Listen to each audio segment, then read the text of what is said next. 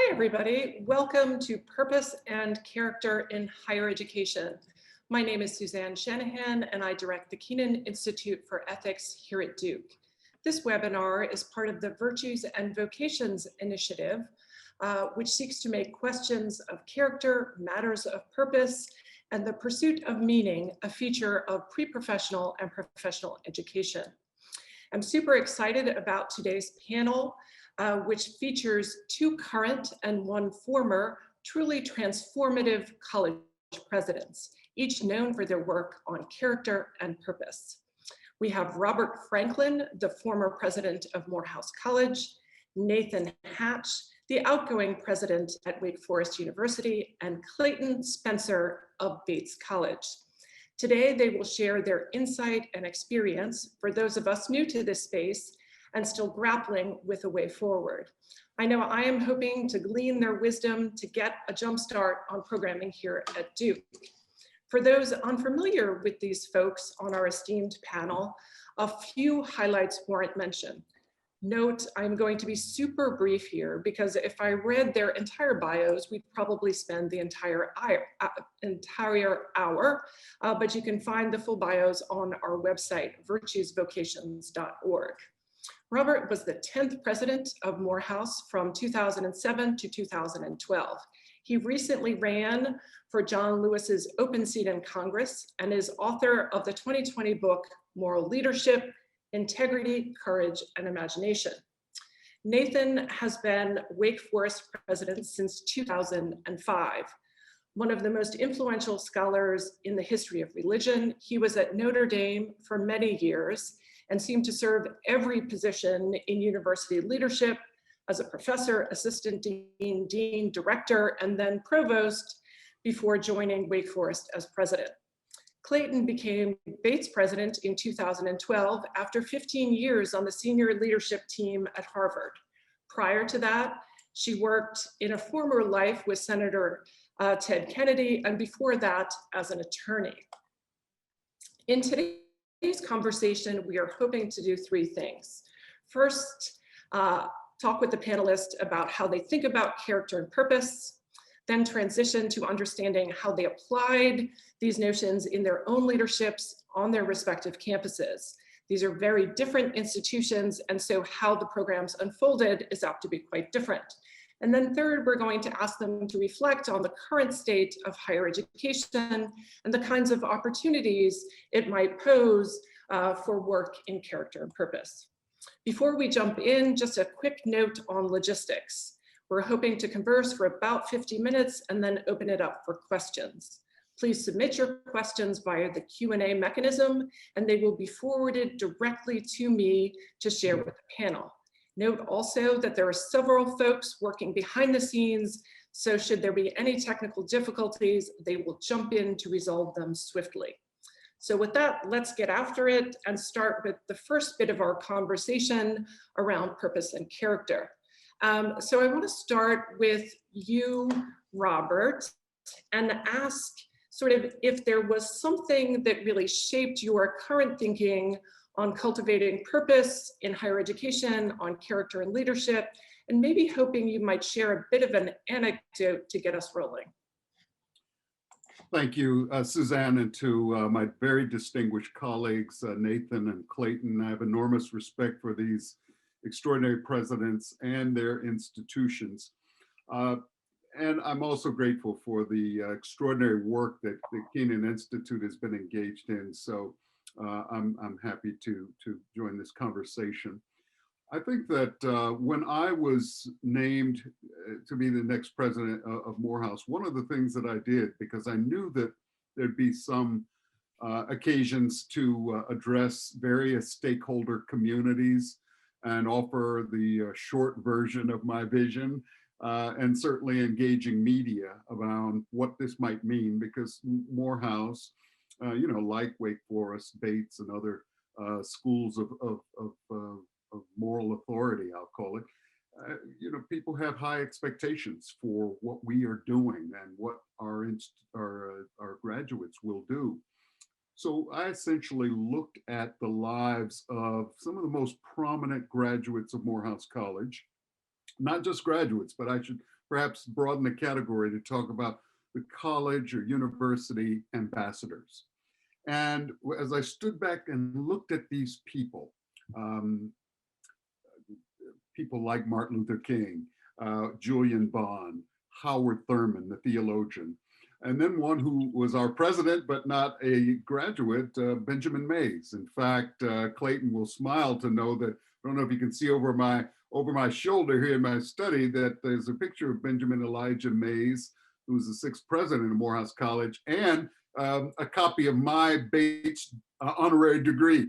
So I proudly have those posted. But as I looked at that kind of hall of fame, as it were, and every one of you watching could sort of think about who those people might be in your institution, I asked, what do they have in common? What's remarkable? What's distinctive? And what would I want the next generation, the post-millennials, to emulate? And I distilled a phrase that captured what we were up to in terms of purpose, that we wanted Morehouse graduates, Morehouse students to be, as we call it, Morehouse men, to be Renaissance leaders, Renaissance men with social conscience and global perspective. And that gave us a sense of what we needed to work on. And I sort of offered that rather somewhat vague and general language to the faculty and said, will you work with me? Let's have a conversation about how to give shape to this. Renaissance leaders with social conscience and global perspective. And at the end of the day, and I'll stop my long-winded answer here, I distilled a kind of set of virtues that I hoped students would both remember and seek to instill. So we call them the 5 wells, and they are to be well-read, well-spoken, well-traveled, well-dressed, and well-balanced. And so I wasn't sure whether these things would be appealing to the younger students on campus, but a couple of weeks after that not a commencement, right? It was a welcoming freshman week when I first talked about these things. 2 weeks later, a student appeared on campus with the 5 wells on a t-shirt. And one of my vice presidents says, Mr. President, I think you've won this narrative war. They bought in. So that was really encouraging. That sense of who am I in the world? What will it take to embody the best of the Morehouse tradition, and to what end? And again, it initiated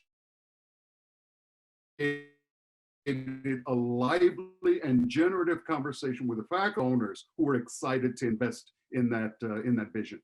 Great, thank you so much for that. Nathan, maybe you could jump in and let us know a little bit about where you began your consideration of questions of purpose. You know, I somehow I never thought of education apart from learning and character going together. I mean, I went to a liberal arts school with a religious background, and that was sort of built in. I was deeply influenced by a Latin professor, but it was sort of his challenge us about what meaning was, what our life was about. And then going to Notre Dame was very dramatic. I'll tell an incident. I was going there in early American history. I was replacing a very distinguished professor. And I can remember the dean asking me, we're interested in faculty who will bring up moral, ethical, and religious questions in their courses. Well, I mean, somehow that was freeing for me. And then, of course, Father Ted Hesburgh was such a great model who always said, education is not just how to make a living, it's how to live. And so it was, but there's one other incident. In the late 90s, Robert Cole wrote an article in Chronicle of Higher Education that has become for me so pivotal. And it's called The Disparity Between Intellect and Character. And he tells the story of a Harvard undergraduate, a woman who came to him in turmoil and said, how is it, she was studying moral philosophy. She said, how is it that I've taken all these philosophy courses and we talk about what's true, what's good. Well, how do you teach people to be good? And she added, what's the point of knowing good if you don't try to become a good person? And that, for me, that's always been a kind of touchstone of what education should be. Great. How about you, Spencer? So, the Bates program is called Purposeful Work because in the Northeast, it's a little harder to talk about purpose and character because you'll get accused of thinking that there's some essential quality of character and who gets to define it. So when I got to Bates, it was shortly after the last recession of 8-9, and we were all living with the trope that students paid all this money to go to college, and then they were home living in their parents' basement and being baristas. And so I was trying to figure out what I was going to sort of outline very early in my tenure. So I'm just like, I don't know, for some of you, I think Robert and Nathan and I are all in the era that vastly predated anything sophisticated about career services in colleges. But it certainly in good liberal arts colleges, the better the college, it tended to be the worse the career services, because why would you sully the purity of the liberal arts with the crass instrumentalism of actually helping students find jobs? But I didn't think that cut it in 2012 with students looking for opportunities and looking to bridge to the outside world.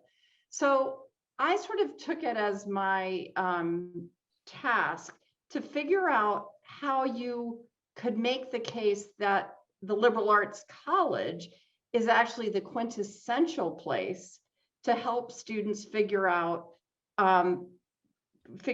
what they want to do. And we define that as purpose. I think some of it has to do with my many hours in Presbyterian church, where vocation was very much a part of the discourse.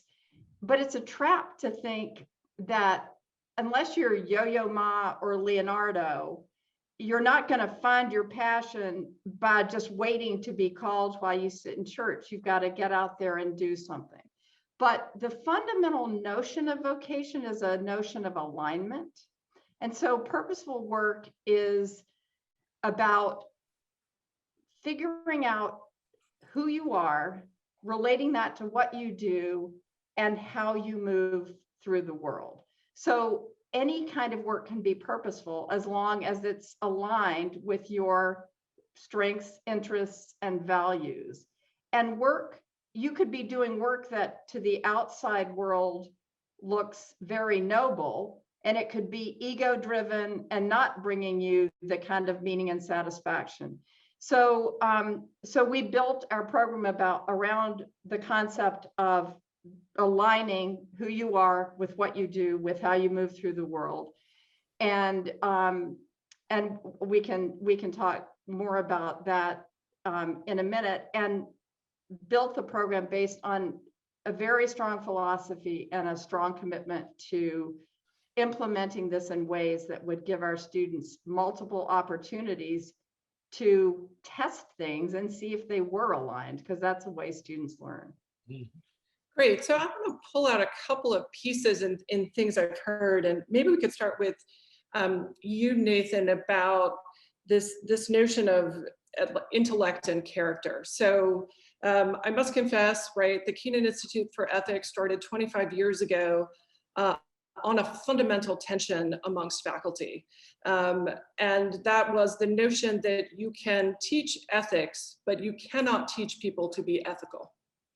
And I would say that has really been an ongoing part of our legacy here at the Institute, that many faculty are quite skeptical that we can cultivate character, that we can promote virtue. In your experience, right, it seems that this was a natural fit for you. Are there places and spaces where you encountered that tension or not? Or Absolutely, and there's some like Stanley Fish, formerly of Duke, yes. John Mearsheimer of the University of Chicago, who argued it's not the purpose of the university to try to make people good. And so it is under debate. And I will notice when we were doing a strategic plan about a dozen years ago here, I was trying to introduce certain sort of ethical norms, issues of character, and faculty were quite suspicious of it. But you know, today, that's quite different. Mhm. Because I love a statement by Richard Reeves, character is like oxygen, most notable when it is missing. And so I think people, conservative and progressive today, see the real need of character formation, not just teaching theoretically about ethics, but somehow getting students to reflect on sort of what their lives are going to be and to come to terms with that. Great. So in some sense, is part of what you're saying that this sort of long-held belief that you have had since an undergraduate is coming into its moment, if you will, that increasingly people are understanding this to be a critical part of education? I mean, it's still very complicated what it means.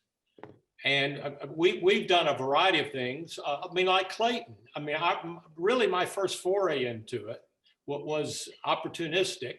I met someone at Stanford named Andy Chan, who had headed career services at Stanford Business School. But Andy was deeply interested in these questions. He taught a course at Stanford called Career and Life Vision.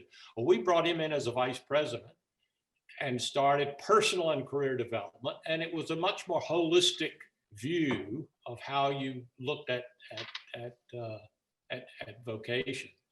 And even, I mean, we have a substantial program in leadership and character now. And in some way, it is a subversive program in the sense if we just said, we have a program in character, I don't think students would be interested. But they are interested in leadership, even if what we're teaching is a much more, maybe a form of servant leadership. I mean, it's what is a certain kind of leadership, not necessarily what they imagine. Great. And sort of, can we connect this a little bit to your work, Clayton? So starting in 2012, perhaps a less receptive Northeastern environment. Is this something that has increasingly and over time resonated with your community? Well, let me say, it's only the word character, I think, that would have been a problem. And but the word purpose and purposeful in earnest New England was just fine. So, and because we framed it as purposeful work, and it's a problem of alignment, we weren't actually substantively defining what is purposeful work. Purposeful work, you can be a ballerina, you could be a forest ranger, you could work for Goldman Sachs. Any of those could be purposeful work, as long as they were aligned with your true interests, values, and made a contribution to the world larger than yourself. So, so we actually, I mean, parents instantly loved it, because I basically said, there is no better setting to work with students on how to go out in the world and live their lives than a liberal arts college or a liberal arts curriculum in whatever university you're in. Because what is the liberal arts about? It's about teaching students to lead an examined life. And that's all this is. And so we spent some time in design to make sure we had our philosophy right, to build modules that would, and test them so that we could make sure students were having the experiences they want. And half of our faculty have incorporated purposeful work into their courses in a very structured way. We got a grant to do that. And 96% of our students have had purposeful, meaningful, purposeful work experiences throughout their time here. So I was just really referring the language in which we presented it needed to have a certain needed to be acceptable, and I think it was, and it was very, very quickly embraced by a liberal arts faculty. Great. I wonder if there's, sort of in both of these examples, I'm thinking of, the ranch dressing on the vegetables kind of analogy, trying to get your kids to eat the vegetables. Right. I think especially when you combine kind of character and leadership. Robert, you are someone just wrote a fabulous new book on leadership, qual leadership. How do you think about that relationship between character and leadership? And right, and how do we talk about purpose in relationship to character? I would say, again, looking at Duke's campus 5 years ago, the language of character would have been skewed all over campus. I recall a conversation about a curricular reform at Duke where a faculty member vehemently and publicly argued that education is about knowledge transfer and not about whole human being development, not about purpose, not about character. So how do you think about it, Robert, given your work on leadership and that focus? Yeah, in the book, I define moral leadership as women and men of integrity, courage, and imagination who serve the common good, the larger, greater good, while inviting others to join them in that process. Mm-hmm. And I lift up some exemplars from Ella Baker, the patron saint of community organizers in America, to Dolores Huerta, who, of course, still alive there in California, Latinx organizer, Cesar Chavez, and Martin Luther King Jr., those four. Mm-hmm. But in today's culture, I find myself increasingly talking about the moral leaders who sort of demonstrate character in action. Lovett Weems, a leadership guru in the Methodist tradition, once talked about leadership as stability in motion. And so I point to people like Stacey Abrams here in Atlanta, a graduate of Spelman College, and then on to Yale Law, who I think demonstrated through her commitment to democracy, to ensuring and protecting voting rights, that you could set things in motion. It was Pascal's wonderful observation that God had instituted prayer so as to confer upon men and women the dignity of being causes.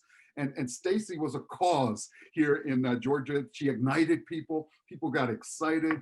My entire family, my kids were home from work and school for the holidays, and they were out, even amidst COVID, properly distanced and wearing their masks, but ringing doorbells and asking if people needed assistance to get out to vote. We've never done that before. And I think in part it was the demonstration of a character who was concerned about the common good, about the state of our democracy, worried about the oxygen, in our democracy. And so I think that can be contagious. I think that that's what we need. And certainly in these millennial and post-millennial leaders are really responding to the invitation to have an impact on our society, because we see what the absence of moral leadership can lead to, the damage it can do to a great nation and its standing in the world, and the need now to begin the reconstruction work that the Reverend William Barber talks about in the Poor People's Campaign movement. How do we reform America that is more inclusive, welcoming to immigrants and strangers, and nurturing and supportive for people who struggle, people on the margins, people who don't have wonderful educations that we all have. So again, I point to Stacey as an example of a person who used her education to set things in motion and to be a catalyst. And she's had a tremendous impact and makes it easier for me to make my point in my classes about the power of moral leadership. So when you described your work at Morehouse, you described the institution, but also Bates and Wake Forest as having moral authority, right? Sort of in the United States. Can you describe a little bit more what you mean by that? And would you also say there is a moral obligation of these, prominent institutions of higher education in terms of cultivating moral leadership?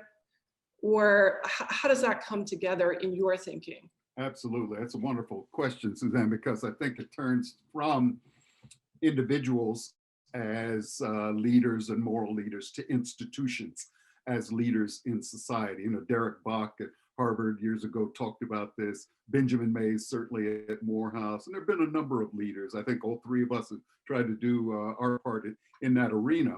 And part of that is not simply what we convey to faculty and our boards and our donors, to students, but also the hard work we have to do in our institutions to ensure that we are embodying and practicing the ethical values we believe in. So the inclusivity, the commitment to diversity, to equity, to providing opportunity to the least advantaged members of society. And, that's, I think, the heavy lifting that has to happen in all of our institutions. I just joined the board of Princeton Theological Seminary, and they have just examined their the history of their engagement with the institution of slavery in America as it evolved, and just some honest truth-telling about institutional history, institutional vitality. And it's certainly been disruptive. It's certainly been, in some way, it has evoked negative responses by some alum, but has also led to, I think, a new excitement about what this institution is up to as a moral leader in the society. So corporations, banks, insurance companies, others have to take note of what Princeton Seminary is up to and say, maybe here's a model for us to also embrace. Great. So Clayton, would you describe, what has clearly been transformative leadership at Bates as moral leadership? Well, or how would you frame it? Well, I would not start with moral leadership. I would start with the profound ethical obligation we have to, when we admit a student, we are saying, you are talented, you will do work here. We promise this will be a life transformative experience. And that is a deep moral obligation. So in your original question, less as moral authority resides in the institution, as much as education is a sacred trust. We're telling people that certainly the liberal arts education, we are educating the whole person. It needs to be an education that frees you. I love E.E. Cummings' quote, which is my sort of personal mission for Bates, which is, it takes courage to grow up and become who you really are. And that's what I think education is about. A good third grade teacher is a teacher who sees the gifts in every child and unlocks them. I consider that a very high moral obligation, and we can try our best to meet it. If we've got systematic barriers, as Robert was saying, we've got categories of students who we've invited here and they're not thriving in this setting, we are falling down on our moral obligation. And I think we earn moral authority and earn trust every day, and you have to re-earn it every day. And it's something to me that a third party can say, you have moral authority, but I would probably say I feel a high sense of moral obligation. Great, I love that distinction. Nathan, how would you think about this notion of moral leadership and your role at Wake Forest? Well, in a sense, I've been more like an orchestra conductor, finding occasions of how do you build into this university. So we were able to recruit Steve Reineman as Dean of Business here. He'd been CEO of PepsiCo, but the reason he came into higher education is because he wanted to help students. And he had a very ethical sense of what that meant. Or so you look for opportunities, and often that's, in my experience, it's based on recruiting leaders. So I was very interested in a possible program in leadership and character. And then we found the right leader, Michael Lamb, who was a Rhodes Scholar, Princeton PhD, and he was back at Oxford working with the Oxford Character Project. And his passion was not just the study of ethics or philosophy, but actually helping students grapple with this. In fact, he was so successful that Rhodes House had him give weekend seminars for all Rhodes Scholars. So, I mean, what he's found here, and we've tried to expand this through faculty grants, is when you do that, when you give students the opportunity to study the virtues, courage or magnanimity or trust or justice, whatever, and have them reflect on it, be transparent about it, they are hungry for it. And so, because most of the time that they have to keep on this intellectual or professional veneer, and they can't really talk about important issues. And when you give them the opportunity, it really releases very deep and important things within them. Great. Let's pivot a little bit and talk more directly about purpose. As you probably know, there seems to be a plethora of purpose initiatives popping up nationally. And each of you have been in this space probably longer than most. I love the Bates definition and how you've articulated it in terms of alignment, Clayton, the sort of aligning it with kind of who you are with what you do. Sort of, if you had to kind of define purpose, Nathan, how would you define it in terms of how it's played out in the context? I do think it involves that kind of deep reflection. I mean, it has to do with both motivation and action.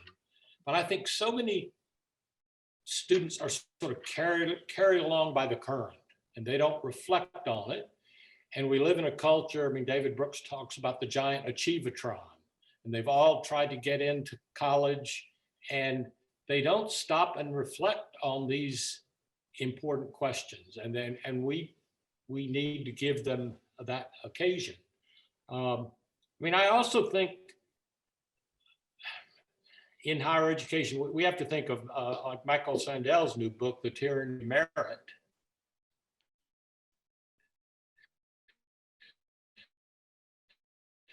And that have forgotten what life is like for common people.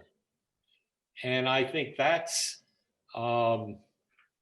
we see that in our current situation. Most of us who are elite, white collar, are doing all right, but there are a lot of Americans who aren't.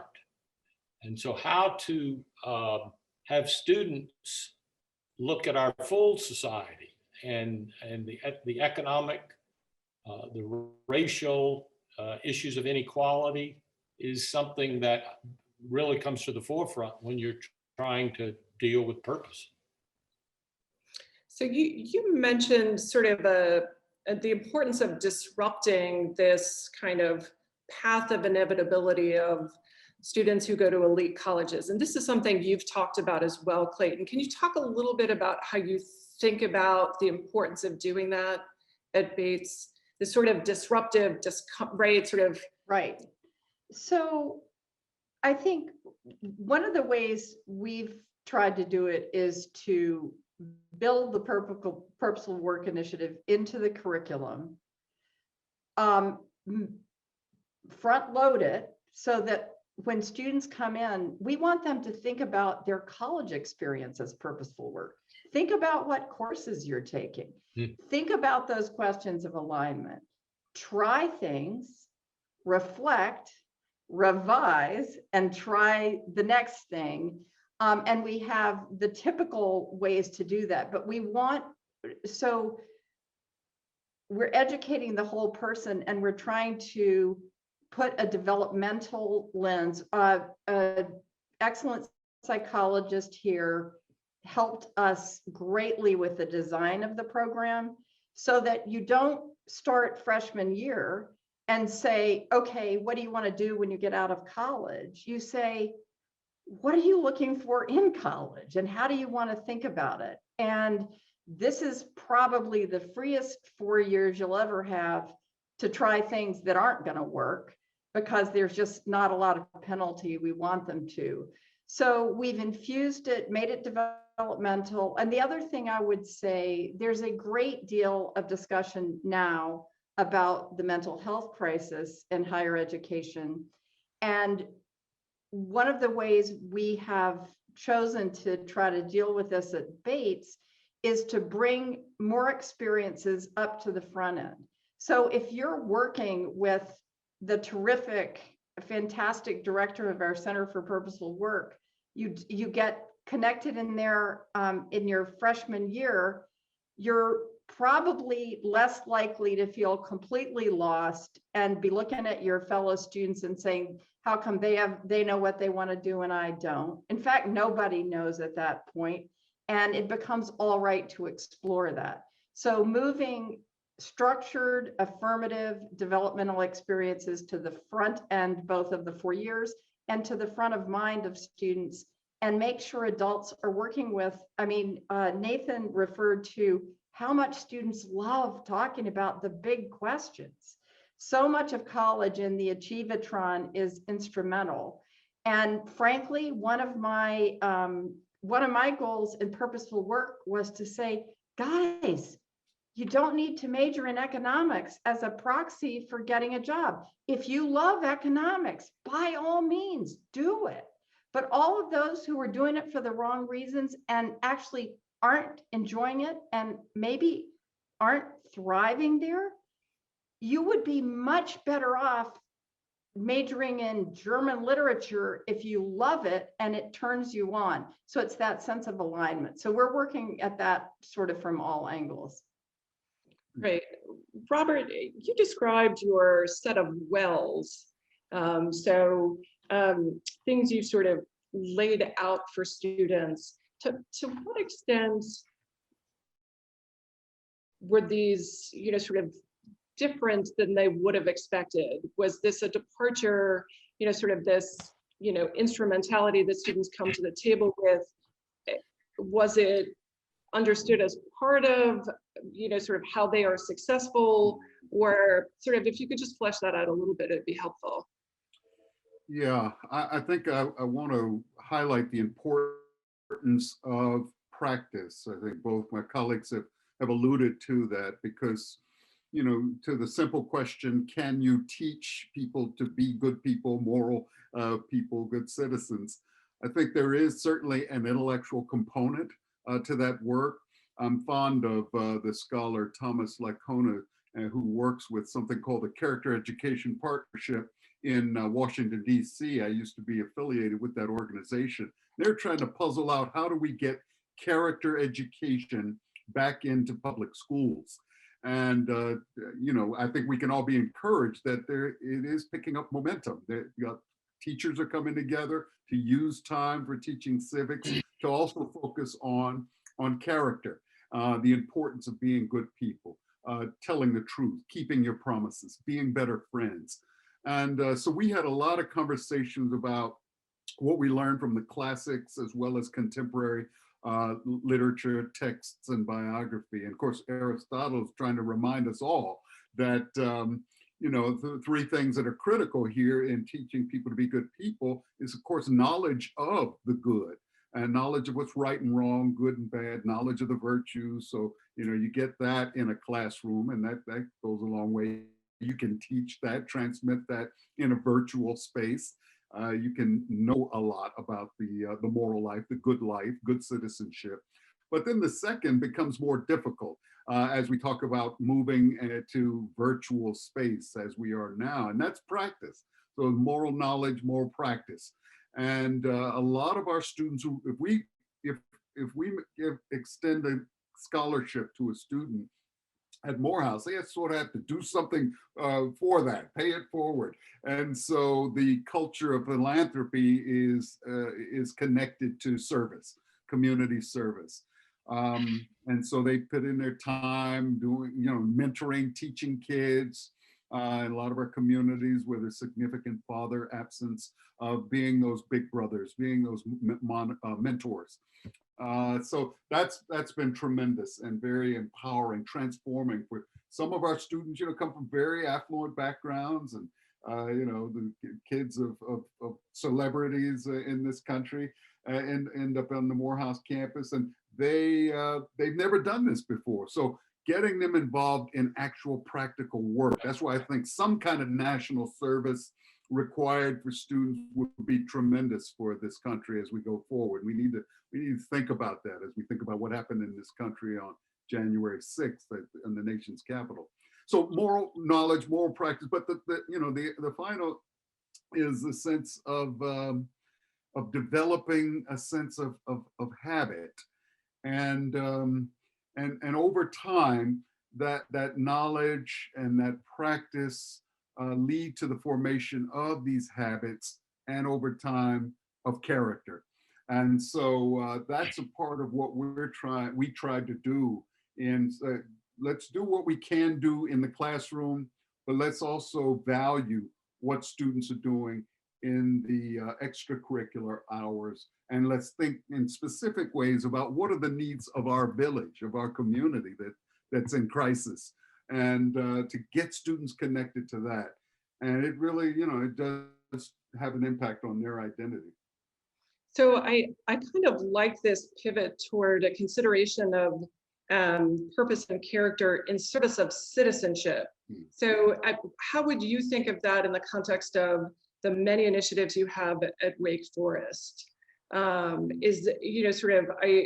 Clayton connected the pursuit of purpose to issues around wellness. How do we think about this connected to the broader civil society, Nathan? I mean, one thing I'll mention, I think it's equally important in professional schools. Yep. That is, I think the professions have been hollowed out. So you take, medicine, business, or law, what's the difference between just commercial transactions and those things? And I think the profession once had a real moral backbone, which I think is a lost. So we're trying to have initiatives. Our new dean of our law school, Jane Aiken, has taken this up in very serious ways. We have a new engineering program, and we have foundation support to try to build character into that. We'll be starting a branch medical school in Charlotte with our affiliation with Atrium Health, and we hope to do the same there. So I do think it's terribly important for undergraduates, liberal arts context, but I think the professions also need to be infused with this. And I think that's very important for public life.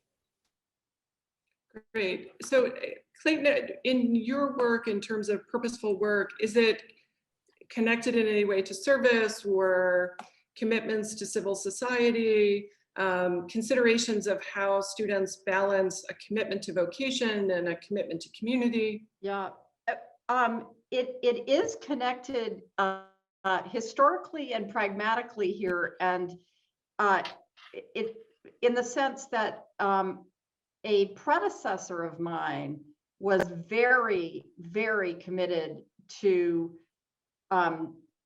civically engaged learning. So we are a national leader in that. And so we not only have students doing a lot of work in our local Lewiston community, Lewiston, Maine, where there's lots of opportunity to be civically engaged. The Harvard Center, which is our Center for Civically Engaged Learning, was a big player in Get Out the Vote, in getting people registered. And when I got here, purposeful work was like building on that commitment to the notion that it's really the learning and practice notion. So civically engaged work is about the importance of creating those connections to our public life and the common good. But it's also, from an educational point of view, a commitment to the notion that what you learn intellectually gets tested and refined in practice, and then it comes back. So that we had a very structured program in civically engaged learning that is part of our curriculum. So I feel like I benefited from this predecessor, whose name is Don Harwood. He's still very active in the field. I benefited from the fact that he had broken that ground here at Bates of linking the deepest values of the liberal arts to worldly engagement. Great. In part, I ask because as I think about purpose in the context of, say, Duke University, certainly your definition of alignment is critical. I think the other piece is this notion of commitment to something beyond yourself. Right. Right. And I think that both of those enable the kind of practice that Robert is talking about on a daily basis, which I think seems a critical piece. You know, kind of acknowledging time, maybe we can jump to a little bit of reflection on the nature of higher education. And maybe I'll start with you, Nathan, as someone who is wrapping up a very long, right, sort of esteemed tenure at Wake Forest.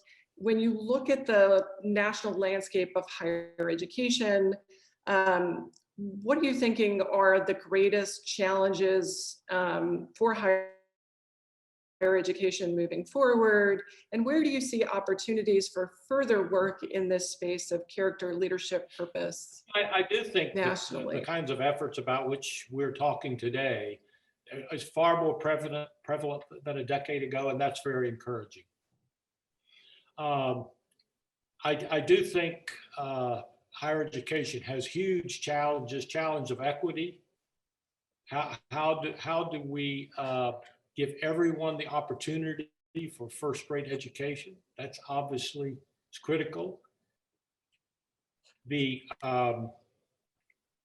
I mentioned it before, but how do we get people to dialogue across difference? We've had a program called Call to Conversation, and it's so difficult. People live in their own worlds, and so if a college campus can't do that, who can?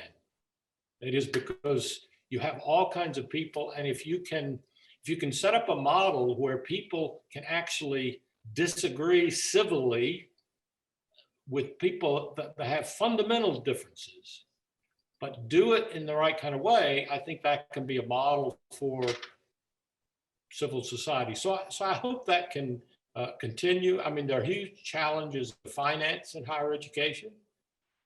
I think COVID, I think there'll be a lot of changes that come about. The strengths of digital connection and its weaknesses.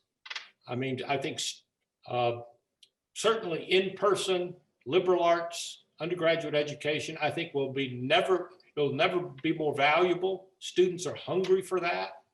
I mean, I think it is discouraging the huge vocational push, the decline of people who study, undergraduates who study history or literature and so forth. I think that's a huge loss. And so I would agree with Clayton. I think we have to push both the liberal arts and then how they're going to migrate to a world of work. Great, thank you. Clayton, how about you? So I agree with the big challenges, sort of industry-wide, if you will, that Nathan outlined. And let me sort of try to relate it to the purpose agenda we're talking about. So we live in a world that is defined by complexity, uncertainty, and volatility. And that's all before COVID. And if you didn't get that message, I mean, that was all when you asked yourself, who would ever have told me 15 years ago that I'd hop in a stranger's car and get taken somewhere, right? It's crazy. So, so the world is changing fast. It's complex. It's uncertain. All that has just been magnified by COVID.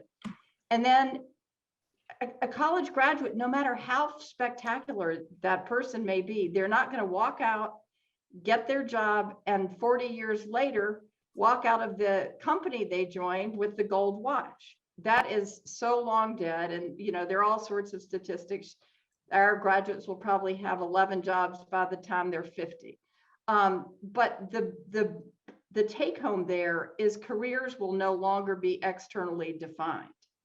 So how do you locate, where do you locate the ability to navigate this world? And I would say you locate it in graduates who have a mindset of informed agency. They know who they are. They need to know how they're going to move through the world and what effect they're going to have on their fellow human beings, on problems, etc. So informed agency and adaptability. I sort of think of it as a model of Intel inside, because the external structures have become so volatile and so fast moving. Just think of all the social platforms and what that has done at such a fundamental level to our civic life, that I think you have to lodge that the capacity to be effective actors in the world in individuals, but knowing that it's all about relating to work, relating to other people.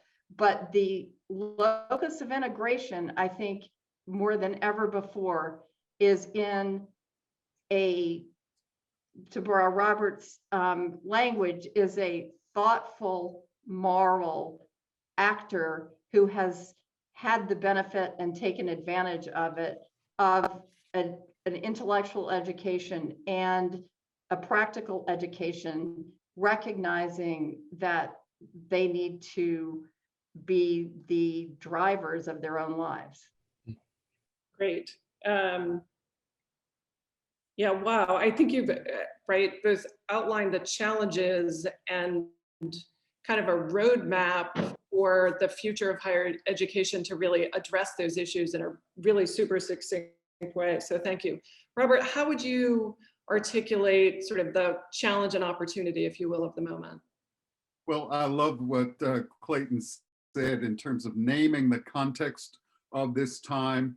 And as she went through that list, you know, the volatility and unpredictability, I was thinking about this wonderful quote by John Keats, you know, over 19th century observance of a certain set of capacities and skills that he referred to as negative capability, which is kind of a sexy way of naming an interesting virtue or capacity. The ability to live with ambiguity, with volatility and unpredictability, and not be thrown off your game.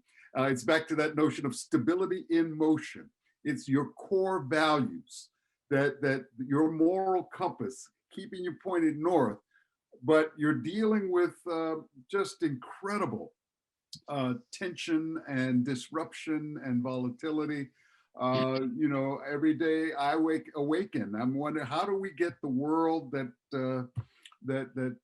follows news events from Fox News to talk to the world of the MSNBC crowd? And you know, I drive my wife crazy as I toggle between the two stations just to get a pulse read on, so how is America doing this evening? And after the evening news, I'm back and forth, and it just, you know, she can't stand it. But I just think I need to know the mode of discourse, and then to figure out how do we foster civil discourse amidst our hyper partisanship, our hyper polarization. So I think that's clearly going to be a challenge. Then, of course, the globalization challenge that continues to press on us. the opportunities and increasing threats, from our engagement with the larger world, especially China, puzzling that out in a thoughtful way, a respectful way, but a way that maintains what have been core American values, the importance of respect for difference, religious pluralism, feminism, secularism, all key values that we need to sort of preserve and protect as we go forward. And I'll just say, I continue to reflect on this wonderful observation from Alexis de Tocqueville as he observed America in the 1840s. He writes, the genius of America is not in that she's more enlightened than any other nation, but rather the genius of America lies in her ability to repair her faults. And I wonder if our viewers now agree, do we still have that capacity within us to repair our faults amidst all of the volatility and dynamism and polarization that all three of us have talked about? And that's what I'm concerned about. And that's where I think simply producing these technically rational, competent, efficient leaders, college graduates, won't be enough. Because some of them were on Capitol Hill January 6th, banging down the door also. And so the question becomes, how do we instill a sense of commitment to the common good, to American norms and values, the stability in motion that I think we're going to have to revisit. And clearly, college and university are only one part of that. I think faith communities have got to do their role. The business community is going to have to step up more and be in partnership with higher ed so that their employees can continue their education as they retool for changing economies. So I love how you have collectively outlined a set of pretty profound challenges in terms of equity, bipolarized discourse, Clayton, in terms of complexity, uncertainty, and volatility. And as you're describing this, I'm thinking we have large sections of the American population that need to go back to school if we are really going to address these issues. So it's not just about the population currently in school, but how do we think about the American population as adapting to these really significant changes, right, that are affecting everybody. So folks, sort of long past their undergraduate or professional degrees. And I think that's right, that's going to be an ongoing challenge. But I love the kind of ways you're all beginning to address that. I would love to turn to some of the audience questions. And here we have a question from Dr. Andrea Leap Hunderfund.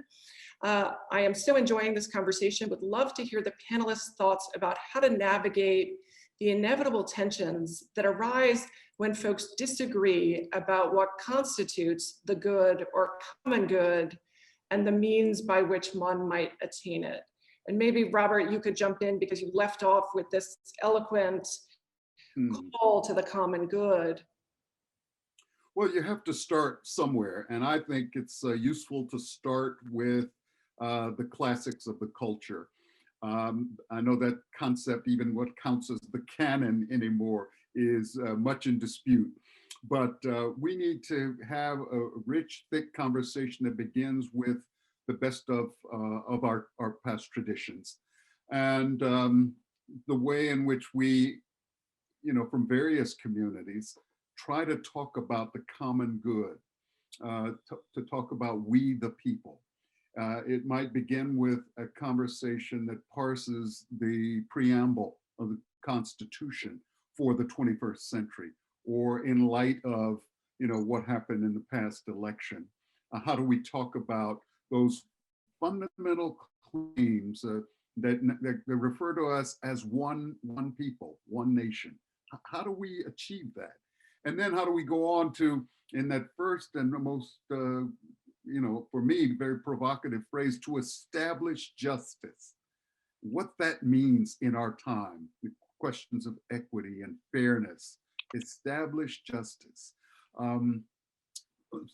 promote the common defense, serve the common good, and secure the blessings of liberty to ourselves. And so I think just some of these classic texts, I would suggest a preamble because it's so short. I mean, it's 52 words. It's an easy thing to dive into and to get people discussing what this means in our time, and to discover whether or not, as Howard Thurman talked about it, whether there is common ground or whether we need to create and search for common ground. And I'll just say that the one thing that I've found to be most effective here is to try to prioritize the well-being of the children. What's in the best interest of the child, of the next generation? I have found even people who are quite militant about their political choices and alignments, if you begin to say, well, tell me about how this helps your grandchild, they sort of take a breath and they sit back and say, well, okay, maybe they do need to know something about African-American literature, or about immigrant history, or about Jewish texts. And it is an interesting way of disarming the sense of certainty and self-righteousness that people currently bring to the public square. So, but this is going to be difficult work, and I think it's going to be a lot of trial and error as we go forward. I like how you're sort of ending this conversation, linking back to what Clayton described as sort of the sacred duty and the moral obligations of educators. Clayton, how would you think about this question of common good at this time? And are there things happening at Bates that you think are interesting ways to kind of come together on this question? Well, I think, unfortunately, the concept of the common good is caught in the extreme polarization that we are now experiencing, because I think what's happened is one side of the debate has said that the core democratic values are individualism, freedom, my choice, ergo, I don't need to wear a mask and I can endanger my, it's just such a concrete example of the notion of the common good is not dictating activity. And then on the other side, there is a recognition that actually everybody would need to see and validate the notion of a common good and to figure out how we're going to make a contribution. That's why I thought, Robert, you're talking about children was a really interesting way to overcome that divide, because I think it's quite fundamental. Both are invoking the principles of the founders, but they've pulled them apart. And we're living in a, I mean, I think the polarization is very deep, even if it's not particularly philosophical. I think it's, I think those values are animating it. And I think on the Bates campus, we have been struggling with this. I mean, one example I will give, we, like everybody else in American society, we deny people access to the common good in groups, like historically African-American people. So then you invite them to campus and say, be part of the common good, which is a white normative common good. And they say, well, that isn't common with my experience or with me. And so how do you recognize the group-based barriers that have gotten us here and persist in pretty insidious ways?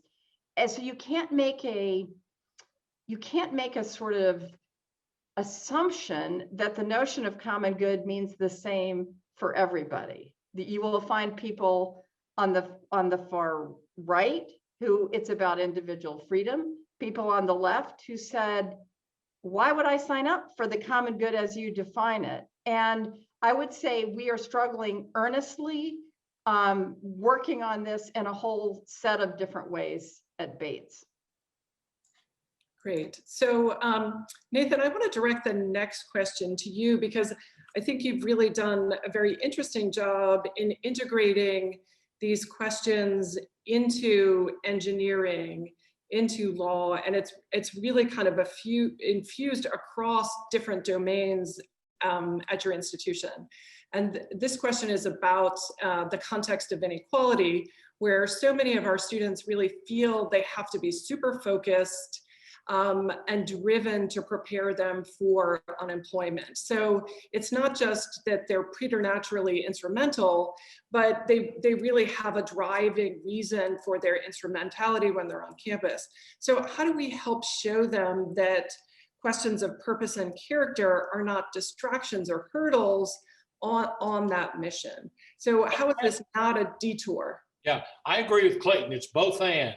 If you want to free people up to study what they're passionate about and to ask big questions, if they're going to do that with one hand, with the other hand, you have to show a career path.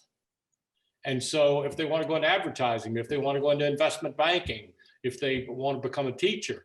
And so, I mean, our program, like Clayton, starts with students as first-year students in terms of also looking at careers, but that also frees them to study anthropology or physics or whatever they're passionate about. So I think one has to do both.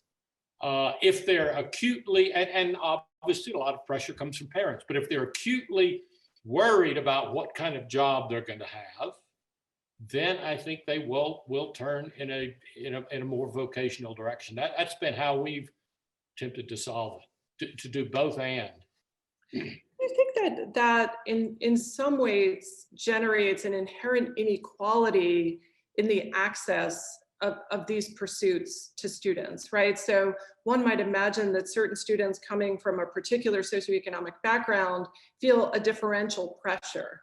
Are you seeing an inequality in the reception and engagement with these ideas on your own campuses?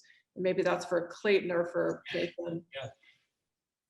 Yeah. Well, what I would say, Suzanne, is what you have to do is do, in our case, the work of purposeful work well, and parents have to start trusting it, and students have to start experiencing it. And then, I mean, one of the big core principles of purposeful work is our commitment to make good on the equity promise of Bates.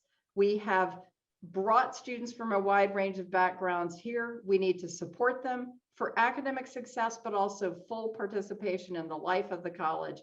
And then we need to build a bridge to the working world that actually works. Make sure they have funded internships, make sure they have job shadows, etc. So I think we've created an atmosphere where you de-instrumentalize it and make it a journey of reflection and discovery. Now that's the happy, the happy talk about it. But I think we're so consistent about how we talk about it that I think our students can turn to a parent who's super anxious that jobs are the be all and end all the minute you get out of college and say, well, the Purposeful Work Center is going to help me with that. And so we've tried to create space that allows us to do the both and good execution as a career center, as an internship program, and or else nobody believes it.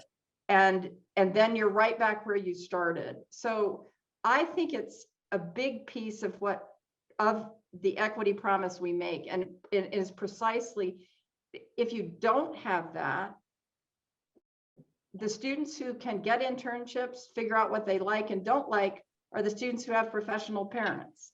By having a good career center or center for purposeful work, whatever you call it, you are going to lift all boats. Because the kid who if we had a sort of lame career center and internship program, the doctor's child can get an internship in the medical field through their parents. But maybe that doctor's child doesn't want to be a doctor, and that doctor's child needs to figure it out. And certainly students who don't come from their first gen, their parents are immigrants to this country, we've got to give them the best possible bridge and self-aware bridge to figure out what they want to do. I couldn't agree more. I mean, that's what you have to do. It has to be tailored. I mean, we have a special program for first generation students. And I think our Center for Personal and Career Development will help them in any way possible. Donors have given money even for clothes, to buy their first suit, to whatever, to give them practice interviews. So if they want to go into the professional world, they can have that bridge. Great. So this is a longer question, and I'll read it out and then we can figure out who to address it to. So one could argue that more institutions should be role models for engaged, consistent, and continued service to the community and our neighbors. While industry should also be more engaged, higher education institutions have a uniquely positioned opportunity to get young people into the habit of regular service that can continue after graduation. Have your schools strongly considered structured community service requirements to graduation, which are integrated into the curriculum and with an emphasis on learning, like at Tulane University? I absolutely agree with Dr. Franklin that a national service requirement is an important goal and would love to see more higher education institutions take on that ahead of a national directive. So Nathan, you were nodding your head, so I'm going to punt this one first to you. Well, I'm not sure a required service thing is helpful, but you want to have ample opportunity and encouragement. And so that's what we do, because a requirement, you don't want someone to do it just to check off a box. Yep. You want them to be appropriately motivated. We do have a new set of scholarships in leadership and character, and built into that is service. That is critical to the overall program. So I agree with the goal that we need to get students involved in service. I think it's the opportunity, the ability to reflect on that. That's more important than sort of simply making it a requirement. So Robert, can you pick up this question of requirement? How do you think about it? Well, we tried to name that as a goal and a value that was important to our college community, and repeatedly talked about the importance of service and what it can do for one. And then we'd also expose them to alumni who were doing it. So one of the wonderful things, we perhaps haven't talked enough about the role that alumni can play, those who love their school, their college or university, often willing, some of them on the board, some of them employed at the institution. But in our case, in Metro Atlanta, many of them just reside in the city. But if there's when we welcome a freshman class, we'll get, hundreds of alumni who show up for a couple of events during that orientation week, just almost to kind of symbolize we are here for you, and we will try to encourage, but we'll also give you opportunities for community service, for summer employment, and the like. So I just mentioned that segment of stakeholders as a terrific resource. And then once again, the role of presidents is we set a tone at the top. It's important to get that tone out there. But I have some friends in the business school who remind me, in addition to setting a tone at the top, it's also important to pay attention to the mood in the middle. So the mood in the middle is walk around, listen to what's being said on campus or in your community, off campus. What are people worried about in the local community? And then in addition to tone at the top, mood in the middle, the buzz at the bottom. And so sometimes this was trying to spend a little time with, some of my football players and athletes and just knowing what's going on that I might be missing because information gets filtered to me. And again, it's all by way of trying to foster a strong sense of community. But and once, it's funny, back to these promoting the 5 wells, being a good citizen and so on, being a moral person. Once some of my athletes became champions, it really took off. It's like they were in some ways the most skeptical, but many of them sort of bought in, and they began to see the role of athletes in American culture today as modeling moral courage, as speaking truth to power, standing up for inclusion and income inequality and so on.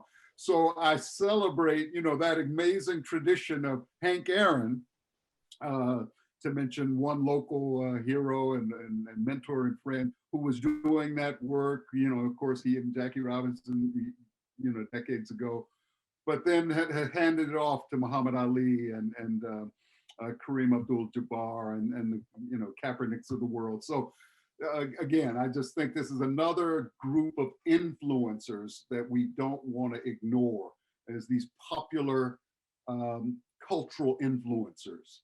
And athletes and DJs and the artists and hip hop artists in our time are going to be important advocates who can validate what we're talking about. Can I ask Robert a question? Robert, did anybody give you a T-shirt that said tone at the top, mood in the middle, and buzz at the bottom? No one did, not yet. I wrote that one down. I like this. Thank you. Yeah. We'll have that made for you, Robert. Right. Yes. Yeah, that's great. So then the next question is actually from a former colleague of yours from Notre Dame, Nathan J. Bradenberger. Great discussion. Thanks much. How might higher education begin to address and change its own internal privileged assumptions about what counts as knowledge and what and who can be trusted epistemologically, that is, to promote epistemic justice in the face of old paradigms of tenure, hierarchy, worth, etc. So maybe I'll throw that one to you. Jay, that's a hard question. I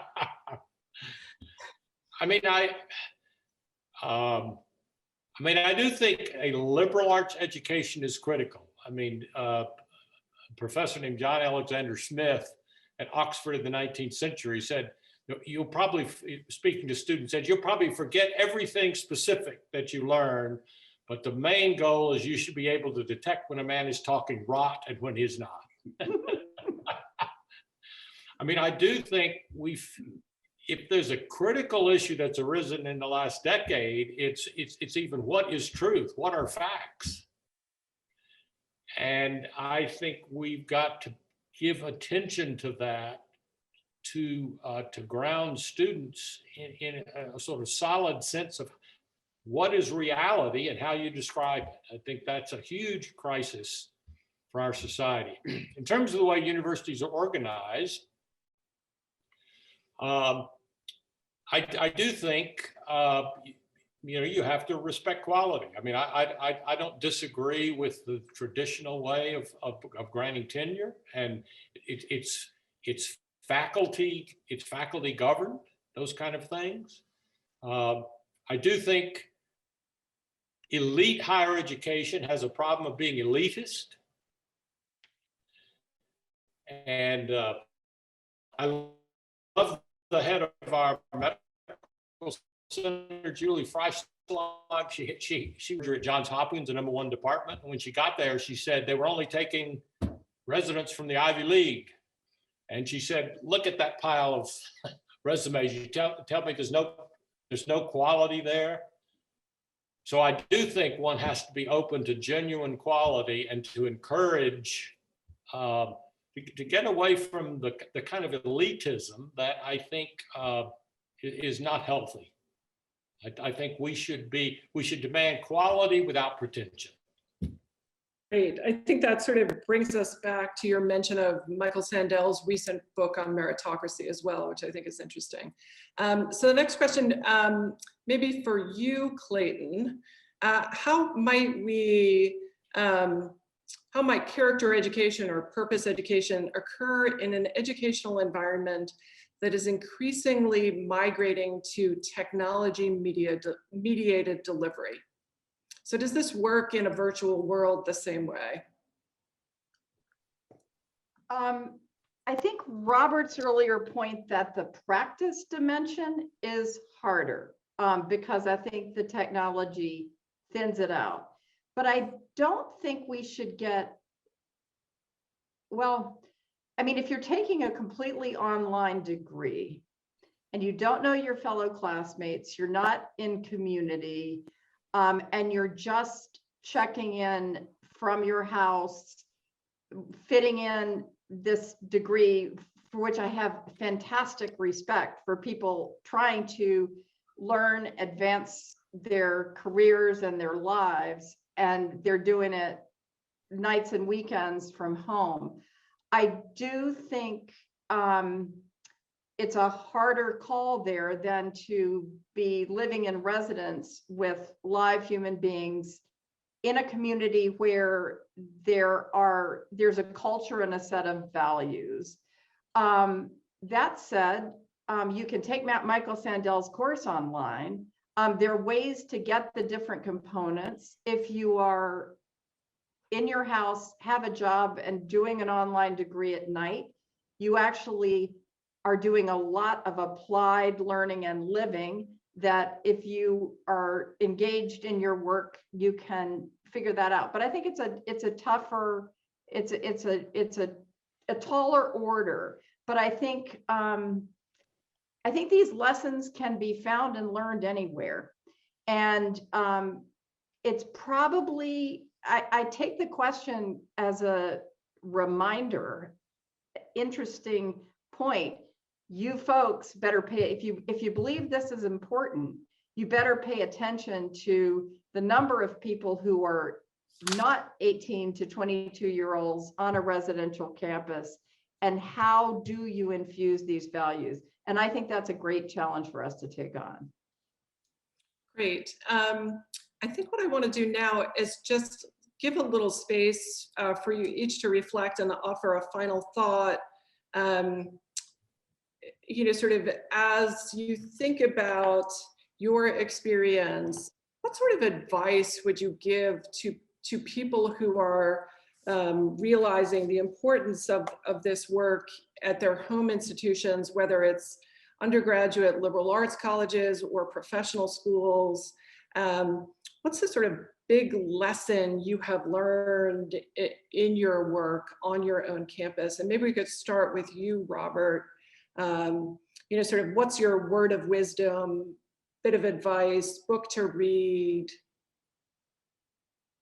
Gosh, I think that having, fostering, sponsoring honest, informed, critical dialogues among diverse stakeholders is really important, is the challenge of our time. The idea, particularly in terms of the partisan divide in America, but all sorts of along, socioeconomic, class, ethnic, racial, linguistic, religious, on and on. Unless we figure this out and do some repair work, to pick up on de Tocqueville, I think that we're going to lose ground while other nations march ahead in the global economy, in the innovative economy. And I think, we have some leaders hand now in Washington and elsewhere, and businesses throughout the nation that are committed to, okay, let's ensure that America, not in a sort of jingoistic or imperialist way, but with a certain a measure of cultural humility, try to offer leadership, not impose, offer a kind of moral leadership. I would suggest that defining moral leadership as leadership for the common good, a leadership that invites people to become better versions of themselves. And so I think that that we need those conversations now. They can be had. I was looking, let me brag about Bates College and what Clayton is doing. There's terrific offerings of conversations happening on her website that I was looking at, to have the likes of intellectual thought leaders like Angela Davis and others helping sharpen the minds of students. Anyhow, that kind of diversity and that kind of engaged civil discourse will take us a long way. So I'm hoping people will lean into that work And maybe that people will read my little book on moral leadership as one way to find resources to help. Oh, bless you, Suzanne. I'm a very poor huckster, but thank you so much for that. Wonderful. How about you, Clayton? So I think Robert was focused on the what. Let me focus a little bit on the how. How did we think about building the program? And I will say, you know, you're talking about something that might sound dangerously vocational. And I thought of vocation as a deep, deep, deep notion of calling, but then there's the much more instrumental notion. But how do you get a liberal arts college to embrace this as important and central? So soon after I got the idea to get this going, I went to I think every college and university has the quirky historian, right? Who was digging in the archives and all this. So I went to ours, a fabulous writer on our staff named Jay Burns. And I said, Jay, this is the oldest concept in humanity. Human beings are built to find meaning, and they only find meaning in action. So it's got to be somewhere deep in our history. So he triumphantly waltzes into my office a short time later with this quote from George Colby Chase, who was the second president of Bates in 1894. And this is the quote: "The aim of the college should be to produce graduates whose rounded education shall have prepared them to live in every chamber of their being, to be at home in the world as the world presents itself today, and to master the opportunities that the many-sided life of our age may offer." And I'm like, thank you, President Chase. That is just what I needed. So that's our sort of official purposeful work motto. And then the other thing we did, so legitimacy, make it organic to the culture and the place. We had we had a faculty committee, which included faculty and staff, spend a year writing the case for it. And then we spent 4 years in design space, working on both the philosophy and our practitioner taught courses in what some people have as a January term. We have a spring term that's just one intensive course. So we spent 4 years in design, and it wasn't until we had both the philosophy, the execution, we'd raise money for internships so that everybody could have a paid internship. Not until we got to that point that we basically merged what had been career services into a center for purposeful work. So that's sort of the how we did it. And we learned a lot along the way, lots of assessment, lots of pilots. You can do anything if it's a pilot. If you're imposing it, forget about it. But if it's a pilot, you can do it. Great advice. Nathan, how about you? You know, I think the great challenge is how to help faculty build in this sort of personal character development and reflection. It's not taught in graduate school. It is dangerous territory. None of us have the right to impose our values upon anyone. And so how to do it, I think it takes great care. Faculty need toolkits. We need to set up ways that they can discuss how, in fact, whatever the subject is, they can have students do more reflection on how it affects their own values, become vulnerable, to journal, whatever. And so it seems to me that's the great challenge of really infusing this into the life of a university. Wonderful. So I'm thinking the three of you need to hit the road and do a bit of purpose consulting for universities and colleges across the country. So when I know, Nathan, you're looking for a new gig, so some options there. You could become a quirky historian, Clayton. Oh, that's right. Sorry. There's another option for you, Nathan, as you're looking for opportunities. I just want to thank the three of you so very much. As I said, I think we were hoping to glean a bit from your insight and experience, and I think we really have. The kinds of work you've done at each of your institutions has really just been extraordinary and a real exemplar in different ways of how to do this work. So again, thank you so very much. Hugely, hugely appreciated. Great. And have a wonderful evening. Thank you, and great. thanks for the Thank you so opportunity to be with you guys. Yeah. Thank you. Thank We you. enjoyed it. Bye. Thanks to all who knew.